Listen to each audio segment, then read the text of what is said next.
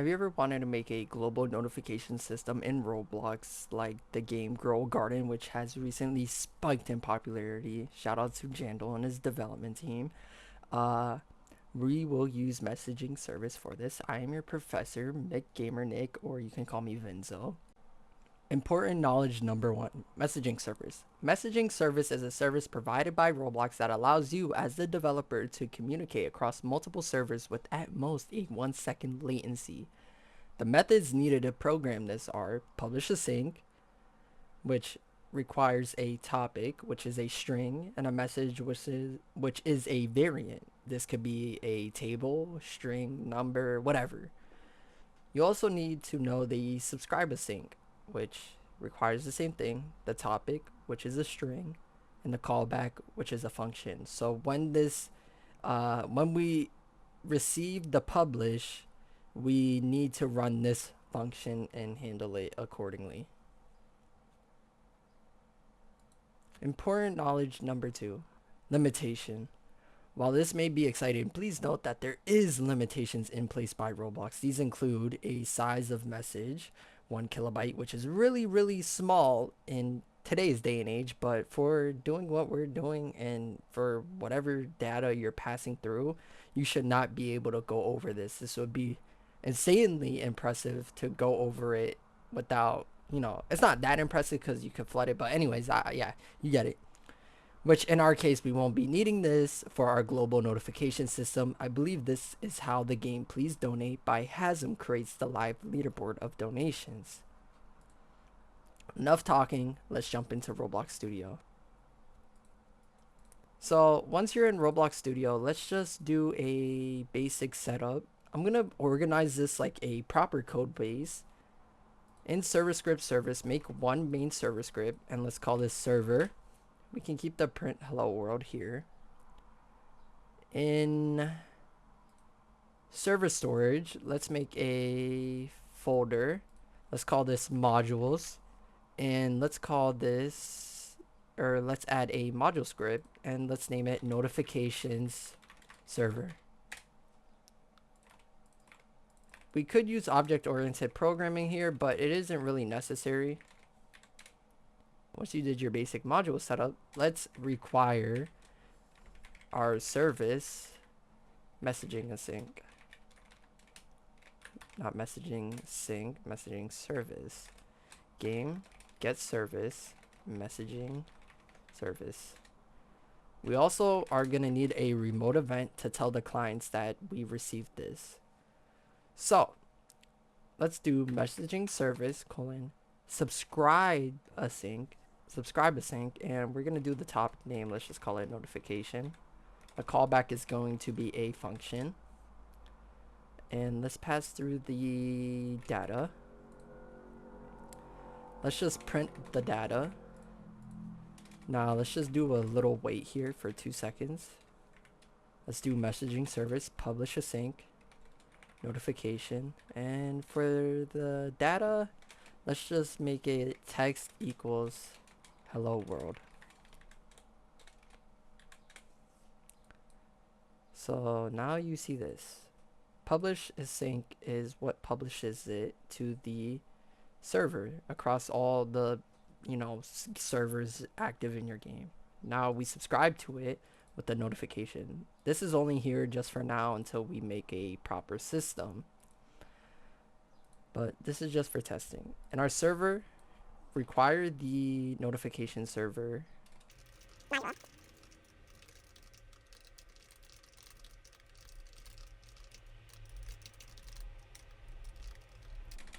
let's just do notification server.new.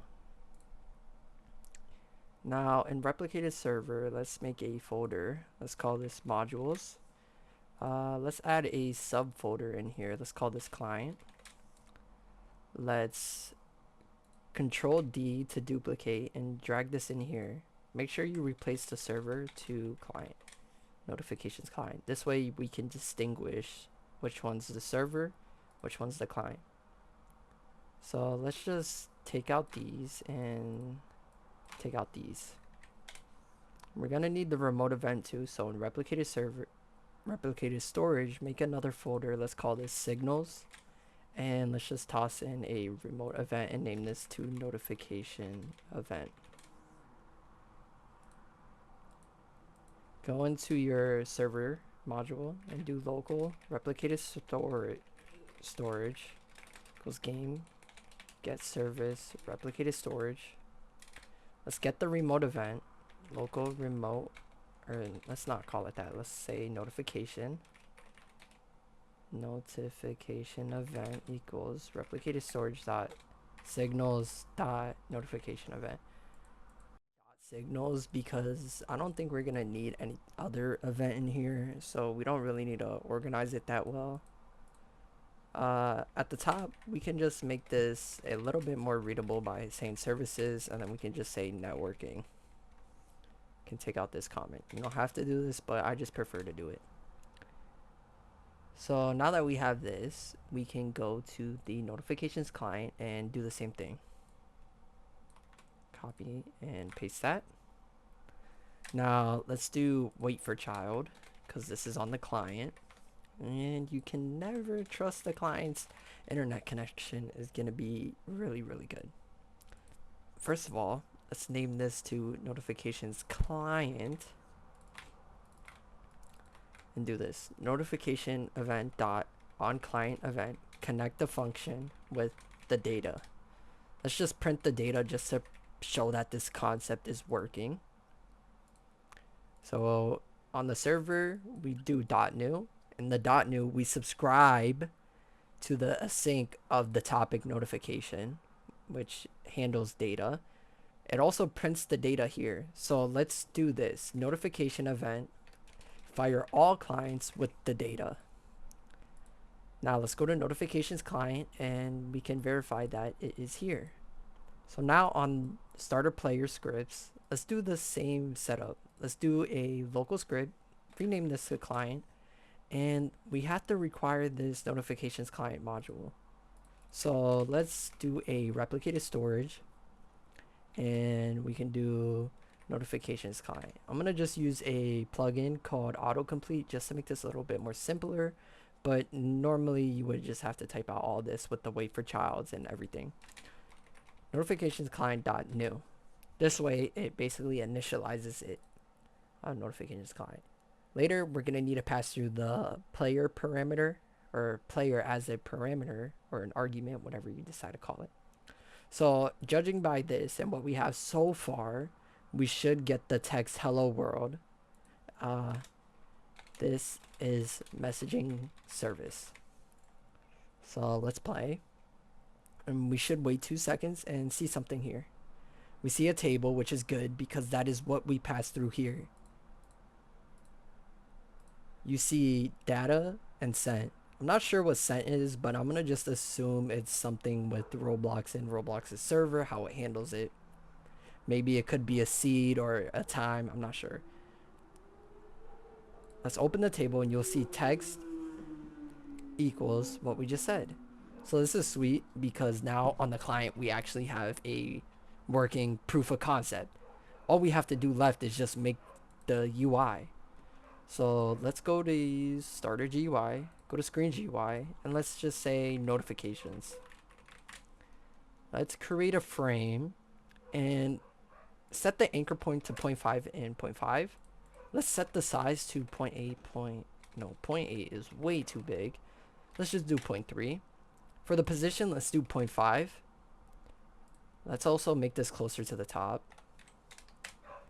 A little bit closer. Somewhere around there is pretty good for me. Let's make this and rename it into container. In the notification screen GUI, make sure you turn on ignore GUI inset. And reset on spawn is off. Now this is our container that's going to hold everything. Let's make a text label inside of here. Let's also add a UI list layout. Let's rename the text label to template. And this is going to be the one that we clone. The label that we clone per thing. So if you want to make it a frame and design it, yeah, for this tutorial I'll just make it a frame just so you guys can have an easier setup on your end. Let's call this template. Let's call the text label. Let's just put text. No, We can't do text because it's gonna come out weird. It's gonna say text.text. So let's just keep it as notification label. Let's make this go across the whole thing 0.80, 0.150. It's really, really small. That is because we are modifying the label. Let's do this in template. Now we can take the size of this and just put it 1010. Now it's kind of small for me, so let's try and bump it to 0.3. That's actually pretty good. Let's take the background and make the background transparency 1. Let's center this by setting the anchor point to 0.5. And the position, we can't control the position because of the UI list layout. So on the vertical alignment, let's put this to center, and the horizontal, let's put this to center. Actually, for the vertical alignment, let's put it to the top. So it's at the top of the GUI, or the top of our container frame, as you can see. Let's just modify our label a bit. I'm gonna call it, or I'm gonna set the font as Fredoka. I'm gonna put it italics, and I'm gonna make it white, and then I'm gonna add a UI stroke, and the UI stroke is gonna be 2. I'm gonna make the text scaled. There we go. And let's just make this label say nothing. But for now, let's just say testing. Okay, so this is a pretty big label, and it's kind of beefy. So let's actually not set this to 1. Let's set it to 0.8 on both. Let's set the position to 0.5, and let's set the anchor point to 0.5 so it's centered. Now we can set a UI corner, and let's set the UI corner to 1 so it's a little bit round. Let's also do a UI gradient. I think that would look pretty sweet. See the transparency? Press the 3 dots. Let's just make it transparent towards the end. Let's also make our text label background invisible. Let's take this UI gradient and flip it 90 degrees. 180 degrees. Actually, let's do 90. Go back into the transparency and just flip the sides. There we go. But I kind of want it to come in pretty strong around here. That's how I'm gonna just do it. And now we have like a little frame. Kind of like it. So on our notifications client, we need a few things. Let's get the player, which is a player, type checked. Let's do local player GUI equals player.player GUI. Local notifications equals player GUI. Wait for child notifications. We should also wait to child on this. Actually, you don't need it because it's player GUI. So let's just do this. Local template equals notifications. I should name this to notification screen UI. Screen UI dot template dot container dot template. Clone. Template clone. Let's just copy this and put it into here. Template clone dot parent equals notification screen UI dot container. Template clone dot visible equals true. Template clone dot notification text or notification label dot text equals data dot text. Now let's also just make sure it is lowercase. It is. Let's also see. So what else do we need? We could add a tween to this. Tween service. Yeah. And then I believe let's pass through a no. Yeah, let's just pass through just to show that a table is very beneficial. Let's say the active time is going to be 5. So this means it's going to stay on the screen for 5 seconds. Let's just do task.wait data dot active time, and do template clone colon destroy. Let's also do our tween service. Let's call this to a local variable called tween0. Create template clone dot tween info dot new. I'm gonna set the size to udim2 dot new, and let's just take the template clone position right now. So it is 0.80, 0.30. Let's make sure that we set this to be invisible. And let's also set this to 0.30. Sweet. Tween 0 colon play. This will play our tween. Let's do the same, copy and paste tween, but instead we're not gonna make it, we're gonna turn it to a 0. Let's play tween 1. Then when tween 1 dot completed, we're gonna wait. Then we'll destroy it. So this should be all set, I believe. So let's just test it. Everything looks good. Yeah, let's test it. So if I press play, we're getting an index with nil. Okay, so this is exactly why we use wait for child. Player GU. Oh, we're also getting a nil because we never passed it through on the client. So let's do a require to the get service players, and let's just set this up. Local player equals players dot local player, and let's just pass through our player through here. Should be all set now. And it says unable to assign string expected got nil. Okay, let's see this. String expected got nil. Data dot text. So it seems like text isn't being put out. Why?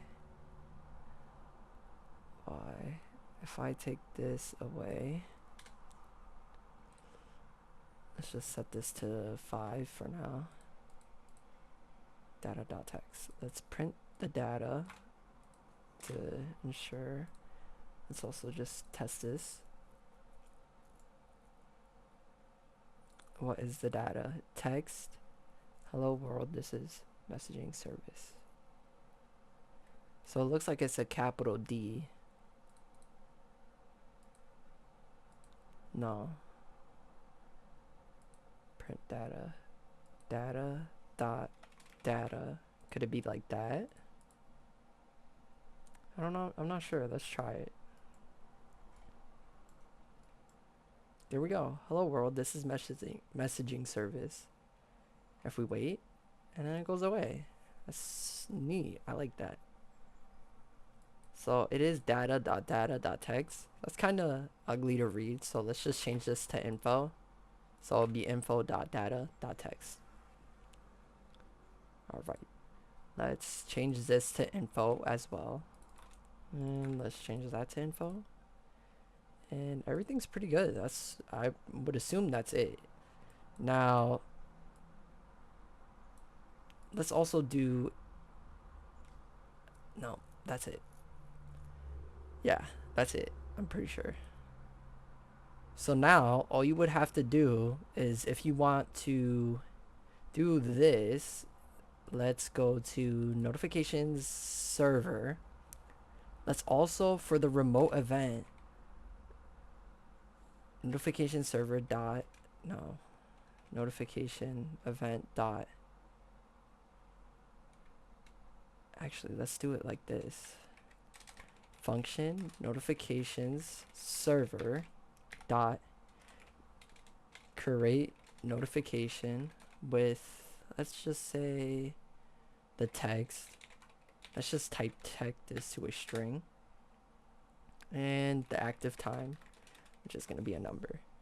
We can also pass through our active time variable again. Active time equals 5. So now we can go back here and do info.data.active time. Sweet, sweet, sweet, sweet. So now that we have this, it actually IntelliSense was correct there. You can do notification or messaging service, publish a sync, notification with, or let's just say, uh, make this less confusing, new text and, or wait, past text and past active time. Let's just say text equals past text and active time equals past active time. Okay, so let's just delete that and let's actually verify this actually works. Notifications, server, create notification, the past text, hello, and let's just wait 5 seconds. So this should call our publish async, and since we're subscribed to it, it's gonna fire all the clients. Let's just wait, and you can see hello is shown. So now how do we actually reference this? I'm not going to make a fully fleshed out system, but I'm going to show you guys how to reference this through, let's just say a different script, which would be your command panel if you have one, or your text chat command, admin commands. Let's do notification servers, create notification, and you can see it tells us past text string from server script, and let's keep this on the screen for 5 seconds. You will see that it will also stack hello from server script, and when this one deletes, this one will also delete, or not, it will delete and then it will go up. Sweet. So let's just make that, and let me show you. So I'm gonna set this one to 10 seconds. This one's gonna be removed, and the one below is gonna go up. There you go. And it's gonna go away after 10 seconds. Pretty neat, huh? Another thing we can do is just to make it a little bit more prettier is just when it's tweening away, let's just set the template clone dot notification label dot text. Let's just set it to blank text just so it doesn't get like all squished. Can also turn off text scaled if you want. It's completely up to you. Just, yeah, it's completely up to you. Yeah, let's do that actually. That's a smarter way. Equals false. And we don't need to set it back to true up here because it's always going to be true because of it being true through the clone. Okay, so now that you understand that, let's actually let me actually give you a demonstration through actual Roblox without giving you a fully fleshed out system. Let's play it. You can press the F9 key. You will, as long as you're the creator of the game, you will see the server button. This will normally pop up. This is the console. Press the server button. Let's set a variable, local notifications equals require game dot server storage, I believe I stored it in, dot modules dot notifications server. Let's just do notifications dot create notification with this is from the console, and let's set this on the screen for 10. So theoretically this should work if I do have the correct path. Enter, and you will see that it does run. So if you don't want to go throughout the whole script, this is your mini admin command right here. You have to know the command line if you want to test stuff without fully implementing it into your game. This is what you need. So let's also do another thing. Never mind, we don't need it. So as you can see, it shows the data on the client. We don't need this anymore. Our script is done, and yeah, thank you for watching this video. I was your professor. It's first time making a video like this and kind of like going in depth on something that I'm not really familiar with, but I just seen it and thought I should make a video on it for the inspiring developers.